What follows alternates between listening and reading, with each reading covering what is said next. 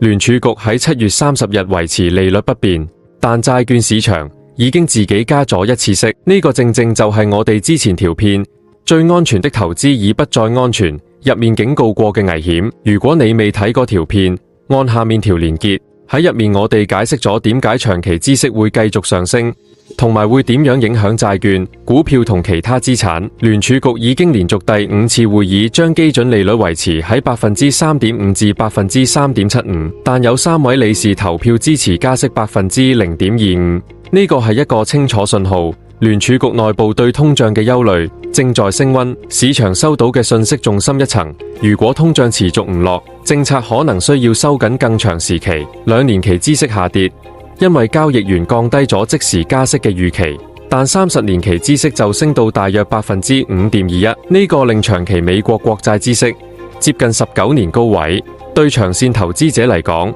係一個重大警號。投資者而家要求更高回報，去補償長期通脹風險、財政風險同政策不確定性。呢個唔只係一次孳息波動，係市場開始為長期不確定性收取更高代價。我哋之前嘅論點好簡單，當通脹、國債規模同不確定性一齊上升，美國長期孳息就會維持高位更長時期。有基金經理而家開始沽空5年期同10年期美國國債，減低長期美國國債持倉，轉移偏好澳洲、歐洲同亞洲債券。孳息升，債券價格就跌，而年期越長，跌幅通常越深。美國國債孳息上升嘅影響唔會只停留喺債券市場入面，佢會推高按揭成本，佢亦會推高企業借貸成本，令高槓桿公司受壓，並削弱利潤率。股票亦不能幸免，長期孳息上升可以壓低估值，尤其係估值昂貴嘅科技股。美國國債孳息高位維持更長時期，